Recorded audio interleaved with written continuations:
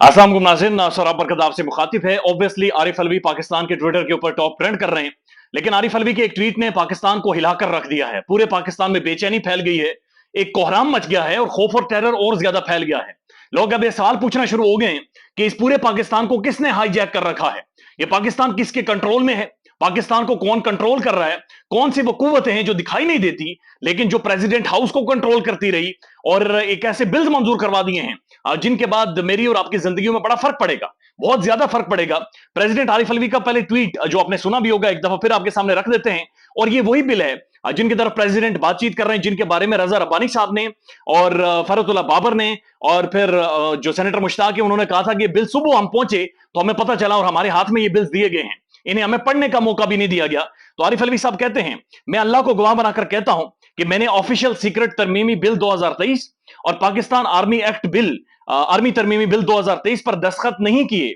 क्योंकि मैं इन कवानीन से मुत्तफिक नहीं था। यानी वो कह रहे हैं कि बिल्स के ऊपर दस्तखत मैंने नहीं किए, मैंने ये बिल्स मंजूर नहीं किए क्योंकि मैं इन बिल से मुत्तफिक नहीं था। मैंने अपने अमले से कहा कि वो बगैर दस्तखत शुदा इन बिलों को मुकर्रर वक्त के अंदर वापस कर दें पार्लियामेंट को, और जब प्रेसिडेंट वापस करता है तो उसके बाद एक जॉइंट सेशन बुलाया जाता है और जॉइंट सेशन में उन बिल्स की मंजूरी होती है। उसके बाद दोबारा प्रेसिडेंट को भिजवाया जाता है और उसके बाद 10 दिनों में ये बिल्स मंजूर हो जाते हैं। तो प्रेसिडेंट ने अगर इन्हें वापस भिजवाया इन बिल्स को तो उसके बाद तो पार्लियामेंट थी नहीं, यानी असेंबली तो तहलील हो गई थी, तो जॉइंट सेशन तो हो ही नहीं सकता था, तो बिल्स तो मंजूर होने का सवाल ही पैदा नहीं होता। तो प्रेसिडेंट साहब ये कह रहे हैं कि मैंने बगैर दस्तखत के ये बिल्स को मुकर्रर वक्त के अंदर वापस भिजवाया ताकि इन्हें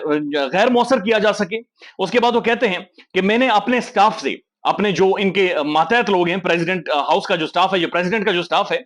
मैंने उनसे कई बार तस्दीक की कि वो बिल जा चुके हैं या नहीं जा चुके। मुझे बताया गया कि मेरे अमले ने मेरे अहकामात की खिलाफ वर्जी की है। अब प्रेसिडेंट ये कह रहा है पाकिस्तान का कि मेरे अमले ने, यानी मैंने बिल्स पर दस्तखत नहीं किए लेकिन उसके बाद बिल्स के ऊपर जाली दस्तखत करके उन्हें आगे पहुंचा दिया गया और पाकिस्तान में इन बिल्स की मंजूरी हुई है। उसके बाद वो कहते हैं कि अल्लाह माफ करने वाला है, अल्लाह ताला मुझे माफ करे, लेकिन मैं उन लोगों से भी माफी मांग रहा हूं जो इन बिल्स की जद में आएंगे और उसके बाद क्या होगा, यानी वो एक बहुत बड़ा सवालिया निशान है, यानी उनकी नस्लों की जिंदगियां बर्बाद हो जाएंगी, उनकी जिंदगियां तबाह हो जाएंगी। तो प्रेसिडेंट ऑफ पाकिस्तान बाकायदा से अपने ट्वीट में माफी मांग रहा है लोगों से, अवाम से, इन बिल्स के ऊपर माफी मांग रहा है, और ये उन्होंने उर्दू में भी और इंग्लिश में भी ट्वीट किया है। लेकिन पहला क्वेश्चन ये है कि प्रेसिडेंट हाउस के अमले को कौन कंट्रोल कर रहा था, कौन था जिसे जल्दी थी कि इन बिल्स की मंजूरी हो, ये क्यों इतनी जल्दी में और इस तरीके से बदमाशी करके इन बिल्स को मंजूर करवाया गया है। तो सवाल उठने शुरू हो गए हैं कि असल में करना क्या चाहते हैं, मुल्क में हो क्या रहा है, ये मुल्क जा किस तरफ रहा है, क्या ये वाकईतन एक डेमोक्रेटिक स्टेट है,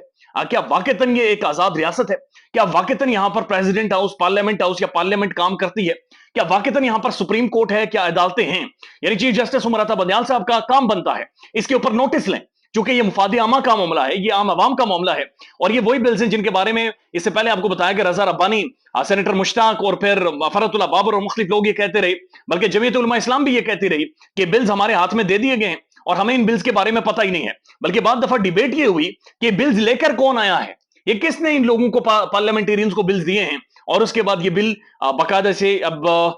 बन गए, कवानीन बन गए और प्रेसिडेंट के कॉन्सेंट के बगैर ये बन गए बिल्स, यानी ये मंजूर करवा दिए गए। अब दो बिल्स हैं, एक तो ऑफिशियल सीक्रेट तरमीमी बिल है 2023 और दूसरा पाकिस्तान आर्मी तरमीमी बिल है। इनकी मद में, यानी अगर मुल्क के अंदर कोई भी अमन अमा का मामला क्रिएट करेगा, मुल्क की अहम तरीन जगहों पर जाएगा, ममनुआ इलाकों में जाएगा, पाकिस्तान के इदारों के खिलाफ बातचीत करेगा, तो वो दुश्मन तस्वर किया जाएगा और जाहिर है उसके खिलाफ सजाएं हैं। तो पाकिस्तान के अंदर इन सारे कवानीन का तायुन कैसे होगा, पाकिस्तान में ये कैसे डिसाइड होगा कि इस बंदे की जो स्टेटमेंट है या गुफ्तगू है या बातचीत है ये अमन व अमा को खराब कर रही है। तो बहुत सारे ऐसे कवानीन है, यानी एक जगह पर यह भी है कि पाकिस्तान के हसास इदारों को यह बाकायदा से इजाजत होगी कि वो किसी को भी गिरफ्तार कर सके, उसका सामान ले सके, उसके जो गैजेट्स हैं उन तक उनकी रसाई हो, उसके बाद घर पर छापा मार सके। यानी ये बहुत सारी ऐसी चीजें जो डिबेट और डिस्कशन होनी चाहिए थी, बहुत सारी चीजें मजीद रिफाइन होनी चाहिए थी, लेकिन प्रेसिडेंट के इस ट्वीट ने एक खलबली मचा दी है और एक डिबेट खड़ी कर दी है कि असल में ये हुआ क्या है, ये पाकिस्तानी अवाम के साथ हो क्या रहा है और ये किस तरह से चीजों को बाकायदा से पाकिस्तान के अंदर कंट्रोल किया जा रहा है। मैं देख रहा था ईमान मजारी साहिबा, जिनको रात को उनके घर से उठाया गया, जिन्हें गिरफ्तार किया गया है, नो डाउट उनकी तकरीर के अंदर कुछ ऐसी चीजें शामिल हैं जिनके ऊपर उनकी जवाबदेही होनी चाहिए, लेकिन कानून के मुताबिक होनी चाहिए। तो उन्होंने ये भी कहा कि मेरी वीडियो बनाएगी, मेरी वीडियो बनाकर मेरी वालदा को दिखाई गई और मेरी वालदा से फिर कहा गया कि आप रिटायर हो। ہم نے یہ بھی دیکھا ہے کہ 9 مئی کے بعد تحریک انصاف کے لوگوں کو گرفتار کیا گیا، ان کے بچوں کو، ان کی فیملیز کو، ان کی بیگمات کو، ان کے گھر کی خواتین کو، اس کے بعد انہیں مجبور کر کے ایک سیاسی جماعت چھڑوائی گئی۔ اور اب جس طرح سے پریزیڈنٹ کا یہ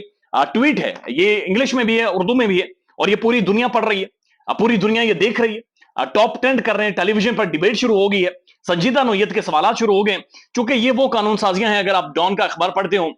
تو تقریباً لگاتار ڈان نیوز اس کے اوپر ڈیبیٹ کرتا رہا، ڈسکشن کرتا رہا، سوالات پوچھتا رہا۔ یعنی کل بھی ڈان کی جو ایڈیٹوریل لائن تھی وہ یہی تھی کہ آخر پریزیڈنٹ نے کیوں سائن کیے ہیں، پریزیڈنٹ نے کیوں یہ بلز منظور کیے ہیں۔ پاکستان کی ٹیلی ویژن پر ڈیبیٹ ہوئی کہ پریزیڈنٹ نے ان بلز کے اوپر کیوں سائن کیا، پریزیڈنٹ نے کیوں یہ دوبارہ واپس پارلیمنٹ کو نہیں بھیجے کہ اس کے اوپر ڈیبیٹ کریں، ڈسکشن کریں، ایک جوائنٹ سیشن بلائیں، تمام تر پارلیمنٹیرینز وہاں پر کھڑے ہوں، عوام کے نمائندے کھڑے ہوں، وہاں پر بات چیت کریں، ڈیبیٹ کریں، اس کے اوپر ڈسکشن کریں، اس کے اوپر کرٹیسزم کریں، اس کی حمایت میں بات چیت کریں، اس کے جو اچھے پہلو ہیں ان کا تعین کریں۔ لیکن یہ ساری چیزیں کیے بغیر بلڈوز کیا گیا، زور پر، ڈنڈے کے زور پر، بدماشی کے زور پر پریزیڈنٹ کا جو عملہ ہے وہ اس کے اندر شامل پایا گیا ہے۔ انہیں کون کنٹرول کر رہا تھا اور کس نے کنٹرول کر کے یہ ساری واردات جلوائی ہے، یہ اب ایک لارجلی بہت بڑا سوال بن گیا ہے، اور اس نے ایک نیا کرائسس پاکستان کے اندر کریٹ کر دیا ہے۔